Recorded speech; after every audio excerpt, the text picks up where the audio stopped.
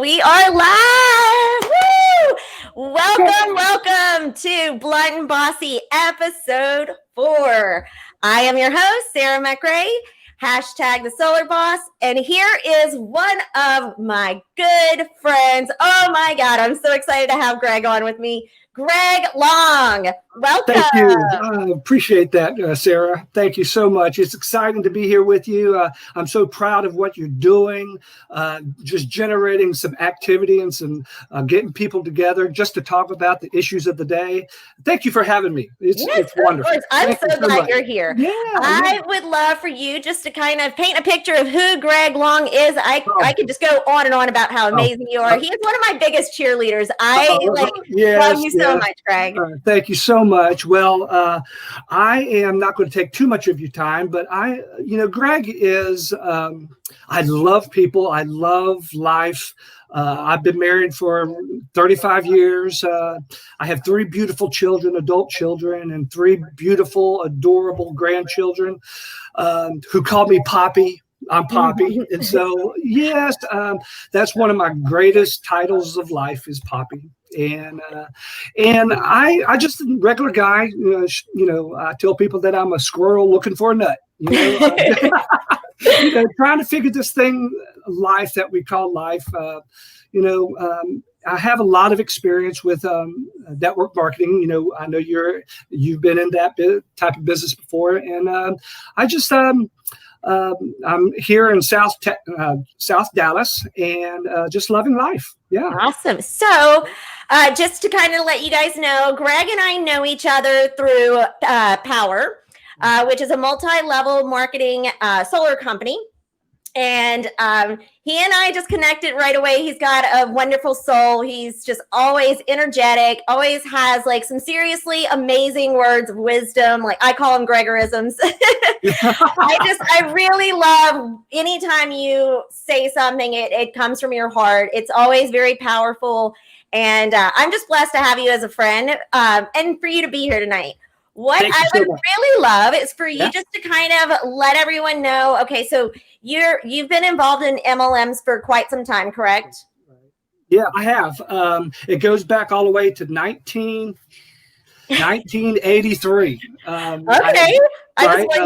Couple and had a knock on a friend from church had contacted me, said, hey, can me and a buddy come over and see you one night? And I says, yeah, come on over. And so we sat at the dining room table.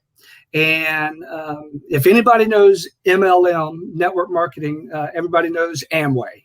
Amway is the grandfather of all MLMs. And so Amway began, I began with Amway and MLM 30, 40 years ago, whatever it is. And I absolutely fell in love with the concept of how network marketing is structured. How it has, revolutionized commerce in a way that allows you and me, the common person, to be able to spend a few dollars up front to start a business and have the chance to change your life. You and I know, and many other that's maybe watching, know people who have got into network marketing and has made a tremendous life. And so it's that hope of being able to take yourself where you are now to no limits, wherever you want to go. And so that's what I love about it is that structure. Yeah, it's exciting. And I think we could both agree that whenever it comes to network marketing, multi-level marketing, there's a stigma behind it. And I think that's a lot because people don't really understand the concept of, how it is very, very similar to actually better than, where you're working for someone and you have a boss. In this situation, you don't have a boss. Everyone has the opportunity to make the same amount of money, if not more. Like you can make more than your upline, Oh, no doubt. Well, that's what makes a network marketing company legal is if in fact you're able to make more than your upline. Absolutely. Yeah, that's one of the criteria of it being legal. Yeah. And I think what people don't understand too is, kind of it's a way for you to, what do they say? You or more, most like the 5 or 10 people that you hang around with most, right? So being involved in these companies give you the opportunity to find and put you in a position to be around people who have the same mindset as you. That's right. And that's the camaraderie, the compatibility, what we've kind of tagged this little episode is finding your tribe. Exactly. Finding the people that you connect with.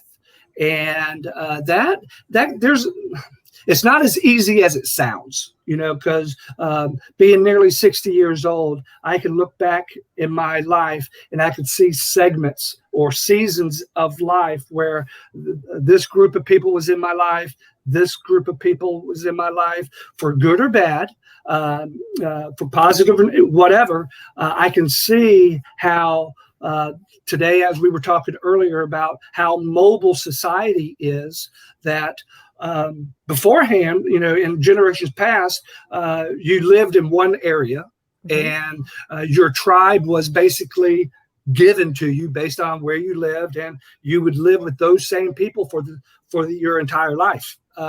Now, not so much, because of the mobility of society. We have the opportunity to determine where we live, what we do, who we hang out with, and so the choices that we have are, or it's not as organic as it used to be. We have that control over those aspects of our life. Okay. And so, yeah. So why do you think it's so important to find your tribe? I mean, like, what's the importance in finding your tribe? Okay. Your tribe is your support system. Those who, I was going to share this later, but I'll do it now. I'm a born again Christian. I ascribe to the Bible, and, I follow Jesus, and Jesus had 3 separate groups of people. And it's an example of how life is. There's 3 separate people. There was the multitudes, right? The people that followed him around city to city, and they would listen, but they couldn't get close. It's like being in the nosebleed seats of a concert. You're there, but you're really not there. But when you squeeze the circle in, then Jesus had the 70, then the 12. He had 12 people that were he was really close to, the disciples. And then if you break it down even further and go in deeper, he had 3 people, Peter, James, and John. Those were his boys. Those were the tight-knit group where he trusted them.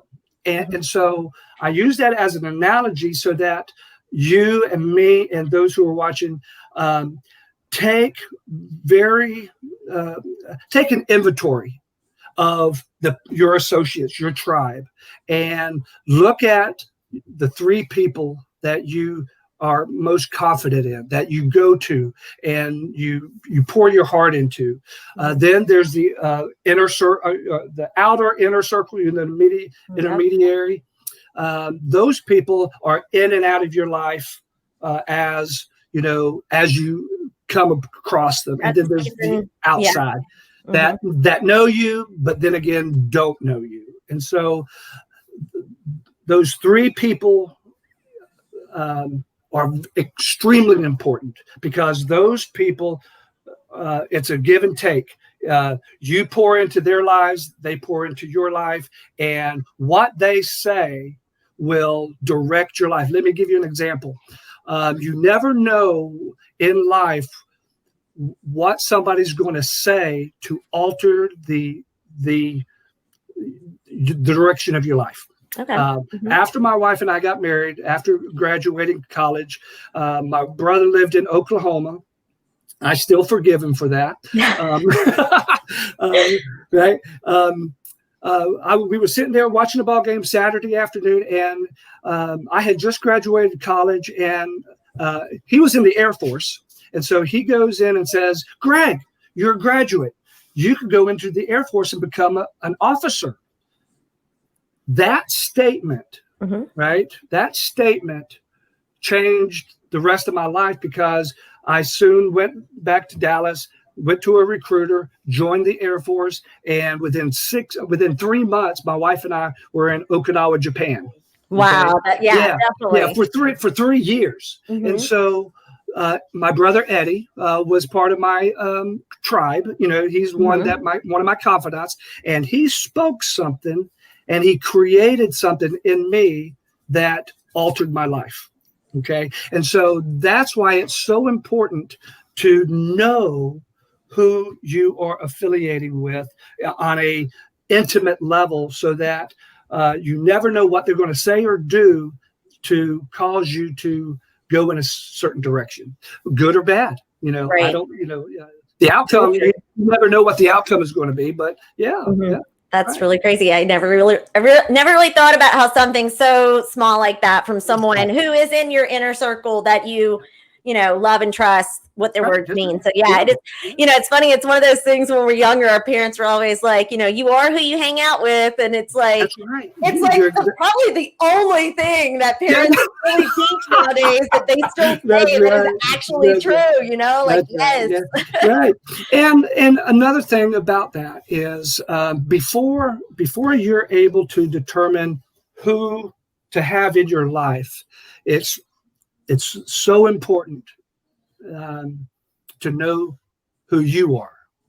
Okay. Yes, there's the gold right there. There you go. Exactly. Right there. Now, and let me, one of the greatest gifts that I believe God has given us is the ability to know ourselves, to be self-aware, to know who we are. Okay.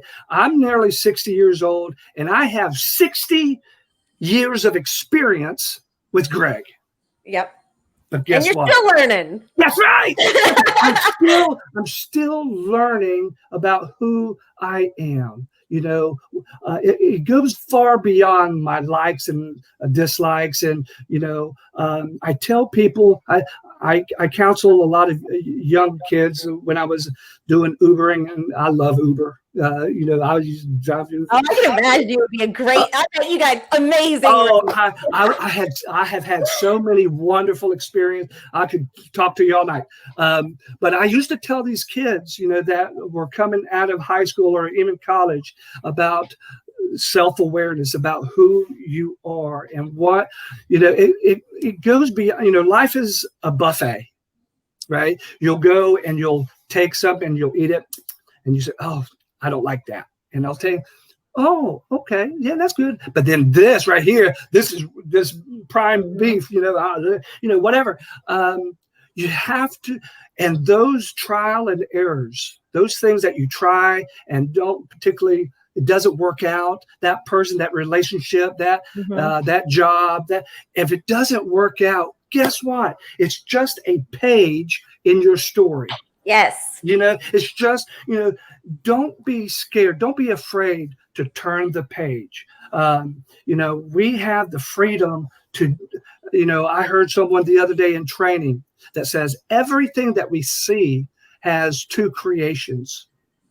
First, in our imagination, in our intellect, in our mind, and a dream is birthed, and then all of a sudden it gets conceived, and once it's conceived, it gets birthed, and then it's made material. This Galaxy phone was in someone's mind before it was created, and so we have, as human beings, we're taught that we are made in the image of God, right?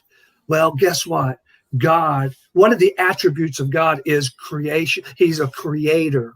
And so we have that same ability to create. Yes. To make things happen. You created this podcast from a thought, from a desire, and look at you. You're doing awesome. Thank you. Yes. Well, I am very blessed that I have a tribe to support me in this. I'm so grateful. And that's another reason why, finding your tribe is so important, so that when you do step out and you do something that's challenging or going to be uncomfortable, you have those people that are willing to just kind of, check on you and push you a little bit and cheer you on. It means a lot. It really does. And sometimes finding your tribe can be like, I know with me, I enjoy working with people. I enjoy creating business opportunities with people. I enjoy, creating money with people. Like I would much rather make money with someone than by myself. If I could, and that's another thing when we go back to kind of the whole MLM, network marketing, is it does really give you the opportunity to, do it for yourself, see what's possible, and then help other people do it as well who have the same mindset. And that's what, like, I love my team with Power, because they are just, like today alone, I had like 3 or 4 people reach out to me and check on me just to see how I was doing. If I post anything negative, I love it. That's right. Sometimes I'll ignore y'all because my energy is there, but, that's right. You're not the one, okay? You're not. Yeah. You're not in that circle, so no, not you. Yeah, not you. I need you to step back a little bit. Well, Greg, I like you have always had so much knowledge, and let me share. Let me ask you this. Let's go a little bit back to like, what are some things that you've encountered along your way in the MLM industry that you kind of see? Was it maybe like some problems that you've seen in the MLM industry that made you realize that it was time to step back from that one and move on to something else? Yeah. Again, it comes back to you. Okay. One of the great things about network marketing is it will expose you. It will. I believe life has, we have all this stuff inside us, in our minds and in our hearts. And life, there's 2 things that bring out that which is in, and that is circumstances and people. Okay. People and circumstances, events, cause you to respond. And when you respond, you discover what's inside you. Okay. And those events in MLM that we see, of calling your best friend, right? You're excited, you're having an opportunity, and you can envision, man, we're going to travel the world. We're going to do it big. We're going to make all this money. We're going to help so many people. We're going to send money to orphanages and go mission trips. We're going to do it all. And you call them. No, I don't know. I just don't think that's right. And that response from them will bring out what's inside you. We've heard it all before, is that it's not what happens to you, it's how you respond. And what, in essence, what is that response is the essence of who you are. It's your character. It's your resolve. It's who you are. If you want to know who you are, there's 3 things. Listen to what you say. Look at what you do. Okay. And see where your money goes. Ooh. What you spend your money on. Okay. What you say and what you do is an end. Look at your bank account and you see what you spent your money on, and that'll. Sarah McCray will be right there. Boom. That's who you are. That's it. I have never heard that before, but I love it. I love it. Yeah. I'm going through my head and I'm just like, that's okay, right. I wouldn't be too embarrassed. It's like all the related stuff that I've been buying, Burger King, Okay. Hamburger. Way too much P. Terry's in my mix lately. I will say that on cookies, but it's winter time. So, but the pitfalls is this, and it goes back to tribalism, and that is trust. Being intimate with someone, when I say intimate, what I'm saying is, being close, being becoming knowledgeable about oneself. Trust is a huge aspect of extending relationships. Yes. If you find that you cannot trust someone, hey, I'm going to be there at 7:30 tomorrow night at the meeting. I'll be there. Yes. You can count me in. And then you're there waiting and waiting and waiting. And that's an action that reveals or exposes character. And that so they're a selfish motherfucker. That's what that's. Oh, that's right. No, exactly. And so these cues that we pick up from people, that people saying that they're going to do something and they don't follow through, it creates that distrust. I can't count on you. Why should I? And we can be honest here. That's why marriages go up in smoke. Is because of my little dog here. Hold on. Knucklehead. He's always welcome. You have candy on the desk, and that's what she's after. And so no baby girl. Okay. And so, but that trust, you get to a point where you allow, you have to be watchful. Okay. Let's rewind a little bit. This is what I told the people, the young kids. I says, knowing yourself, we talk to ourselves all the time. Okay. And that's in a relationship. But what you have to do, Sarah, is this. You have to be conscious. You have to watch yourself. You have to pay attention to yourself. It's not a self-absorption, look at me. It's an awareness that says, okay, the cashier just gave me $5 over. Mm-hmm. What am I going to do? Am I going to say, oh, I could easily walk away and walk away, but am I going to take the $5 that I know she overpaid me, or am I going to say, oh, you gave me too much money? Yep. Okay, it's those types of things those are the things that bring character. Be self-aware of what you taste, what you say, what you do, and because we always talk about tribalism with respect to them relating to us. Mm-hmm.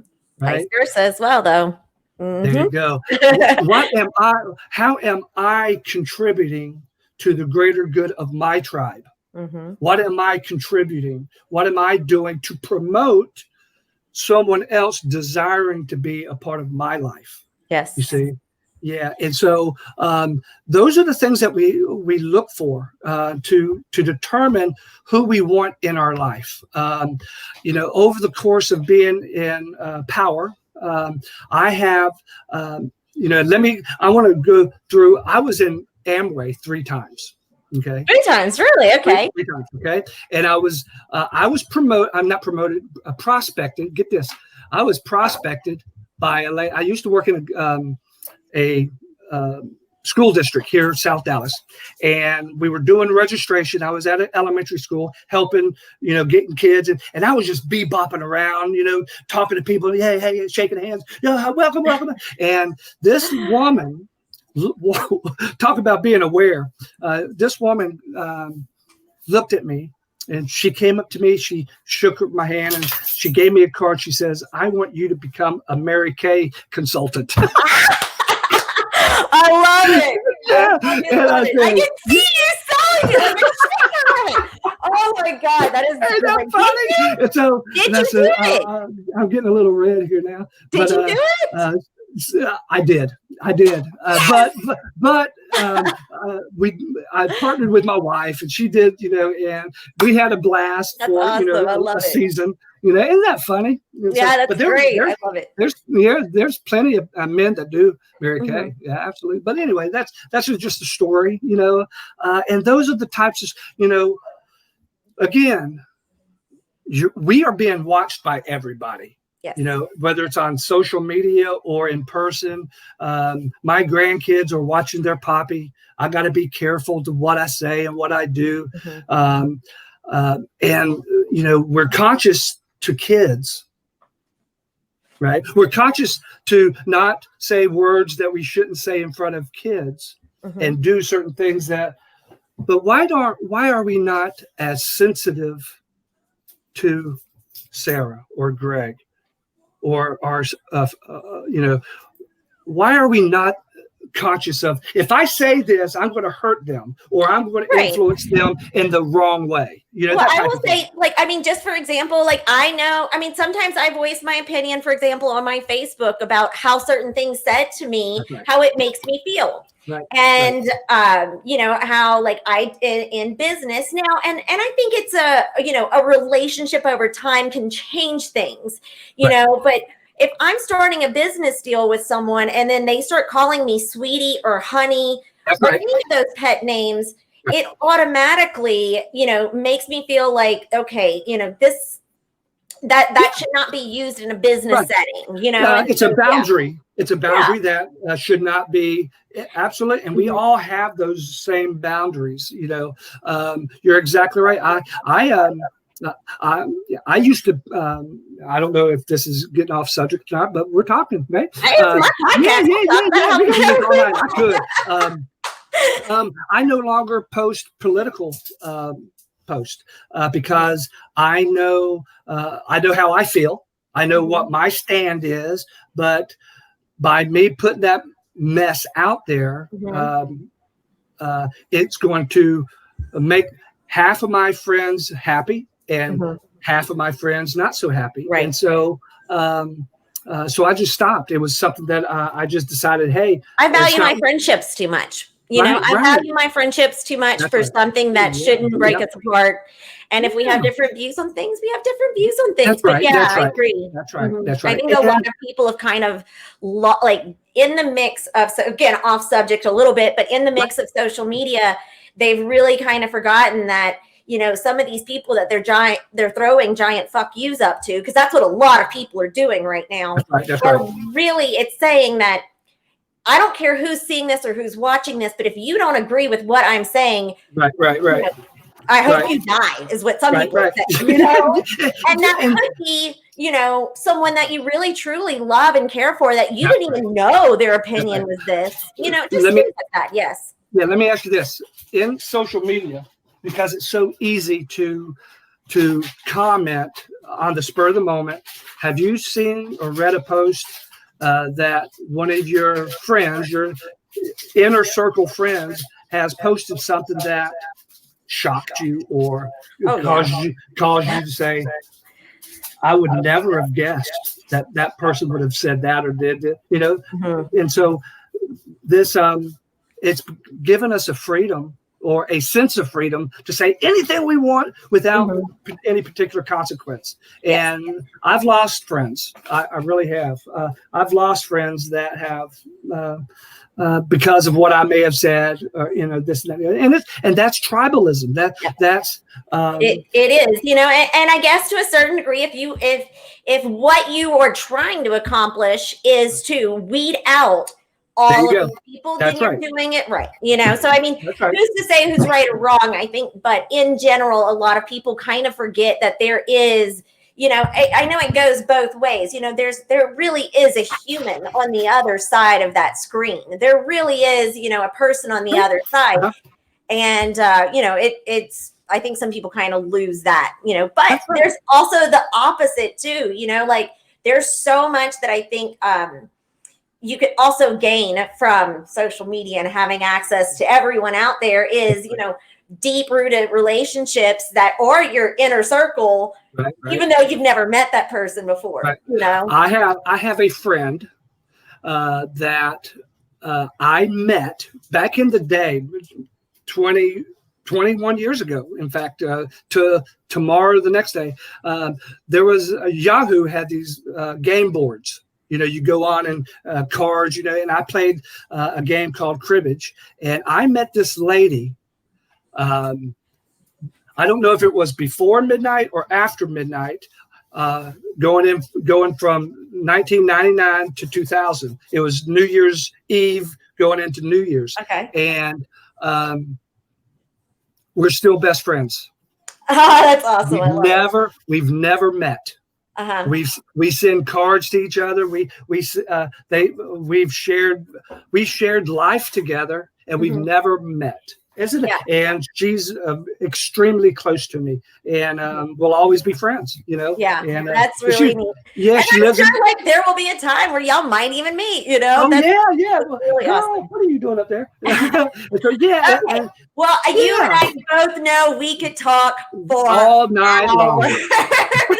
Yes. Our last phone call that we were on, when I hung up, I looked and I think it was about an hour and a half. It was great.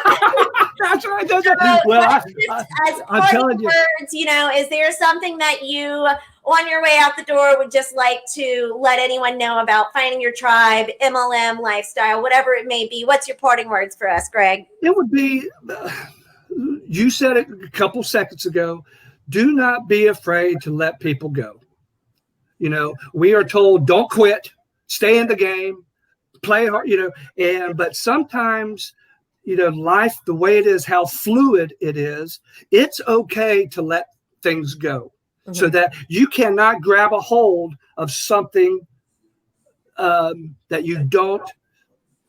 I got a story, and I apologize. Nope, do it. When my one day after church, we went to McDonald's, came back, and my wife, my son was in a car seat, and he was chomping on an old French fry, and both hands he had French fries in his hands, and Mama had a fresh French fry, a big, old, nice, fresh one, and she was trying to give the French fry to her, but he would not let go of his old, nasty, cruddy old French fries, right?